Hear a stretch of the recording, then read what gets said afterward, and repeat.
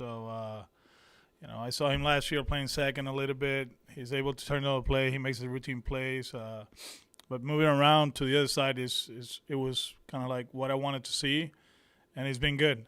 He's been good at short. He made that nice play yesterday at third base. So he's a good all-around player. Like I've been saying all along, more athletic than what I thought he was. So we're very comfortable with him.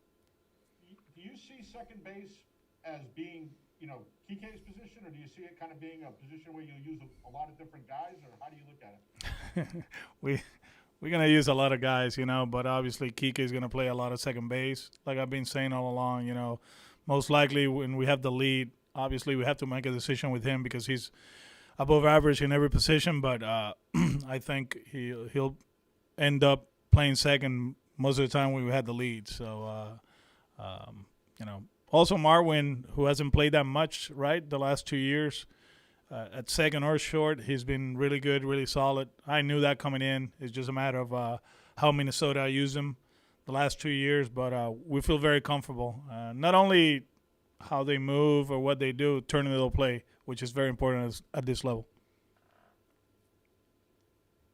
Alex, ¿qué tal? Hola. Sí, me gustaría saber de Darwinson Hernández, tu opinión de Darwinson, tomando en cuenta que si bien es cierto Adam Ottavino y Matt Barnes están llamados a ser el zero closer del equipo en las primeras de cambio, ¿cómo has visto la evolución de Darwinson y si consideras que él está más cerca de llegar a esas labores de zero y eventualmente de cerrador o regresar a las labores de abridor, que fue lo que hizo en las ligas menores? Gracias.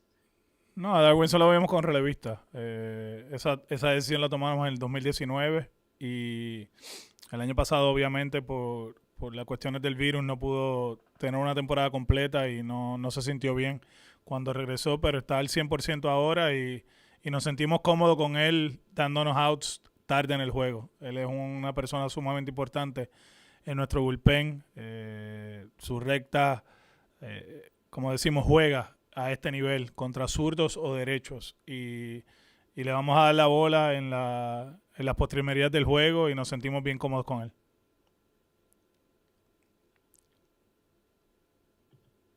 Alex, how much do you like the look of the lineup with Dahlbeck, at the number 9 hole, and how did you first kind of come up with that's where he was going to be hitting?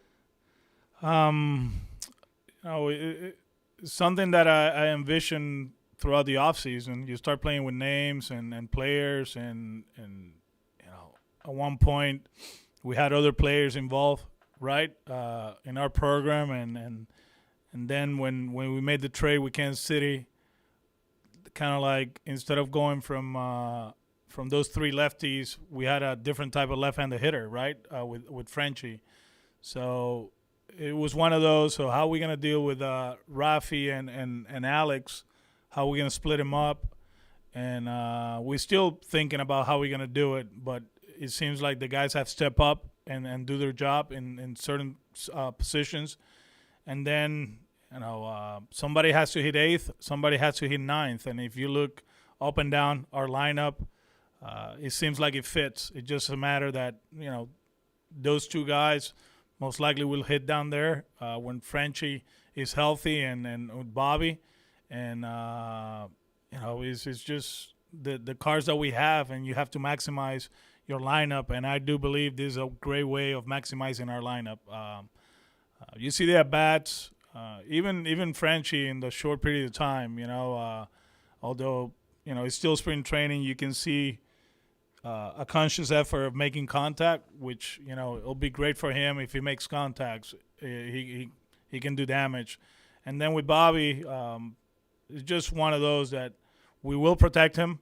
I think he's protected in that spot. And if you are the opposition, there's no breathing room with us. Christian is one of the best offensive catchers the last 2 years in the big leagues, and he's going to be hitting 7th. In certain situations he'll hit higher, but it's just a good lineup. It's a complete lineup, and it just happens that our bottom guys, they hit for power. You settled on 3, 4, 5 behind Kike and Verdugo. Who's going where? I think we're pretty set. We've done it before that way. I I think we'll do it again. They're going to be, I think I said it in 18, kind of like where JD goes, Xander will follow. Obviously, Xander is versatile enough that he can hit second, he can lead off, he can hit third.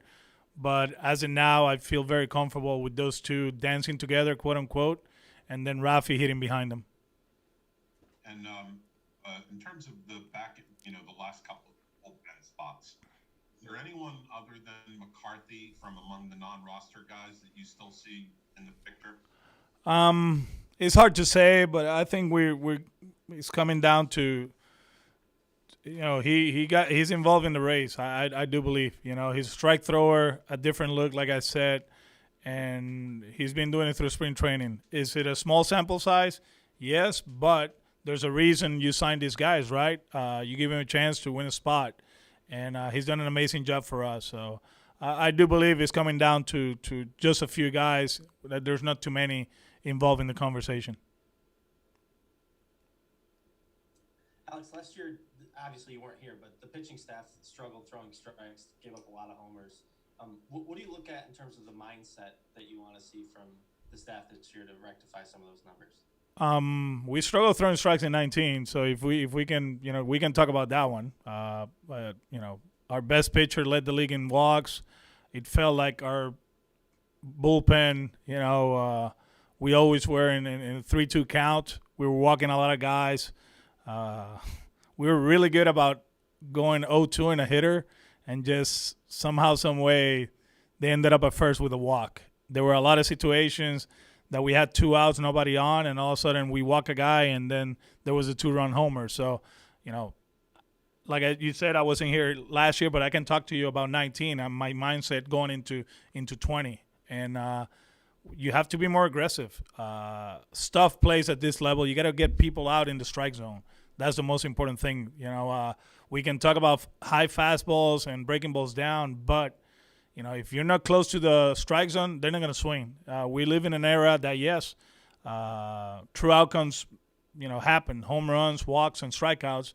So the walks are a testament of guys actually not chasing too many pitches. Like if you are way off the zone, they're not going to chase. The old days of getting ahead 0-2 and throwing a sinker a few inches up the play or 3 inches up the play and guys swinging, that was in the 80s, in the 90s. And now if you're off the plate, you're off the plate. I think the strike zone, with everything that goes on as far as TrackMan and video and everything, it just, there's no more expanding strike zone. It's the strike zone, and guys are very disciplined. So you have to live in the strike zone. Yeah, we like the edge of the strike zone, but you have to start off in the middle, Let's be honest. You have to attack it early, and then when you expand, it has to be strike to ball. It can be ball to ball because the guys don't offer to those pitches. Hey, Alex, just wondering, as you come down the Don't you have a basketball game today? The Celtics play the Bucks 7:30 in Okay. Milwaukee. They haven't made a trade. Mark Murphy of the Herald just said Celtics talk with Orlando. Aaron Gordon still My bad. Sorry, Rochi. Sorry, my bad. You're ready. Okay. Hey, the final week here, will you play late innings? Will you play your defense the way you're going to play it in the regular season? If you mix and match guys. I think we'll do it early in games, kind of like the lineups will be a little bit different. You've seen Marwin he played first yesterday. He's playing first today. We play him in right field. We're moving guys early. It's funny because yesterday Kike, he's like, and Alex, they brought it up. He's like, hey, we haven't played 9 innings. And I go, well, if you can play 8, I think you can play 9. There's no big difference. It's just this whole concept. You got to play 9 before the season opener, and you don't really have to. But we're moving them around. I think we have seen some of the defensive alignments that we're gonna look at late in games. We just gotta make sure they get the at bats and they get the repetitions together. But so far, I think we have been able to accomplish that.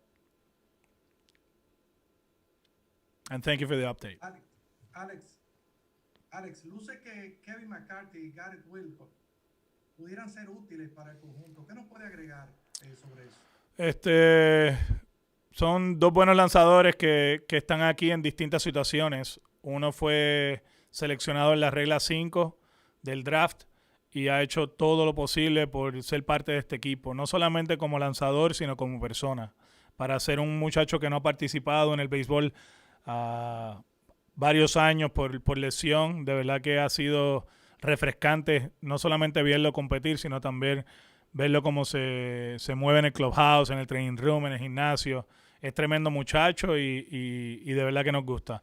McCarthy vino en otra situación, vino en una como jugador no invitado, ¿verdad? Como jugador invitado, no en el roster. Y ha abierto los ojos. Sabíamos lo que podía hacer, pero verlo aquí de verdad que nos ha llamado la atención. Y de verdad que todavía yo creo que es alguien que estamos hablando de las posibilidades de que pueda estar con nosotros. Pero obviamente hay otros que están en la misma situación y cuando llegue la hora de tomar una decisión, pues la tomaremos. Sander pegó jonrón ayer. ¿Cómo está? ¿Cómo sigue la salud de él? Está bien, está bien. Hoy va a jugar otra vez 7 entradas en el campo corto, quizás 5, depende de la acción que tenga. Mañana tiene día libre y vuelve a jugar otra vez campo corto el viernes contra Tampa. Gracias. Anything else, guys? We're good? Thank you. Is there a new lineup yet? Yeah, Will has it. I'll get it. I think JD's out. everybody up and Chavis is the H and hit an 8.